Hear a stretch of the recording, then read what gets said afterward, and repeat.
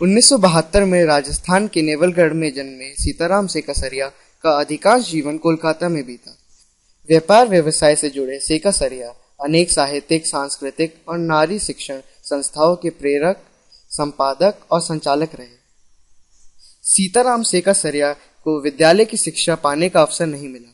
स्वाध्याय से ही पढ़ना लिखना सीखा।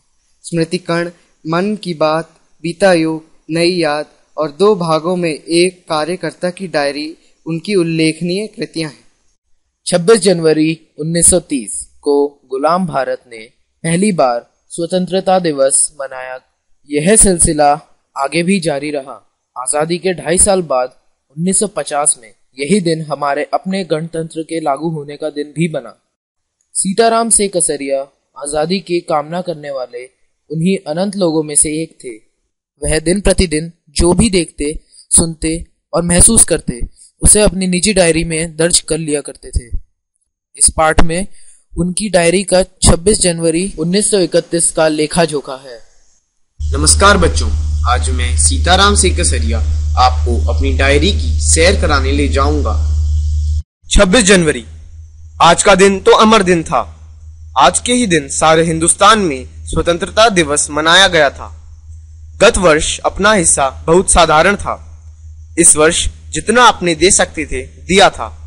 केवल प्रचार में 2000 रुपया खर्च किया गया था।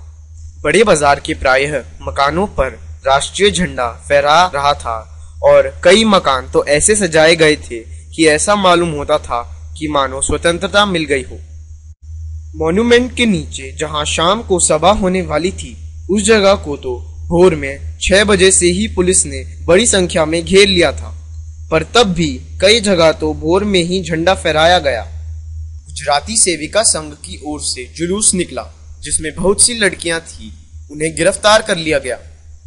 12 बजे मारवाड़ी बालिका विद्यालय की लड़कियों ने अपने विद्यालय में झंडोत्सव मनाया। जानकी देवी, मदालसा आदि भी गई थी। स्त्री समाज अपनी तैयारियों में लगा था। जगह जगह से स्त्रियां अपना जुलूस निकालने की तथा ठीक स्थान पर पहुंचने की कोशिश कर रही थी। आज जो बात थी वह निराली थी। ठीक 4:10 पर सुभाष बाबू जुलूस लेकर आए। मैदान के मोड़ पर पहुंचते ही पुलिस ने लाठियां चलानी शुरू कर दी। बहुत आदमी घायल हुए। सुभाष बाबू पर भी लाठियां पड़ी। सुभाष बाबू बहुत जोरों से वंदे मातरम बोल रहे थे। ज्योतिर्मय गांगुली ने सुभाष बाबू से कहा, आप इधर आ जाइए, पर सुभाष बाबू ने कहा, आगे बढ़ना। सुभाष बाबू को पकड़ लिया गया और गाड़ी में बिठाकर लाल बाजार लॉकअप में भेज दिया गया। कुछ देर बाद ही स्त्रियां जुलूस बनाकर वहां से चली। साथ में बहुत बड़ी भीड़ इकट्ठी हो गई।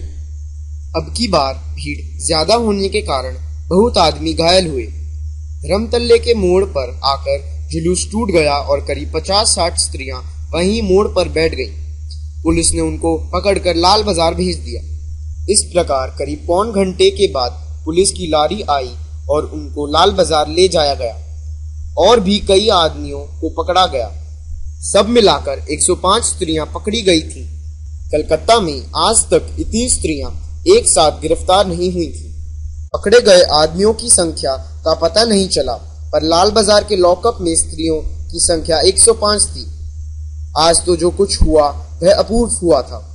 कलकत्ता के नाम पर कलंक था कि यहाँ काम नहीं हो रहा है, जो आज बहुत अंश में धुल गया और लोग सोचने लगे कि यहाँ भी बहुत सा काम हो सकता है।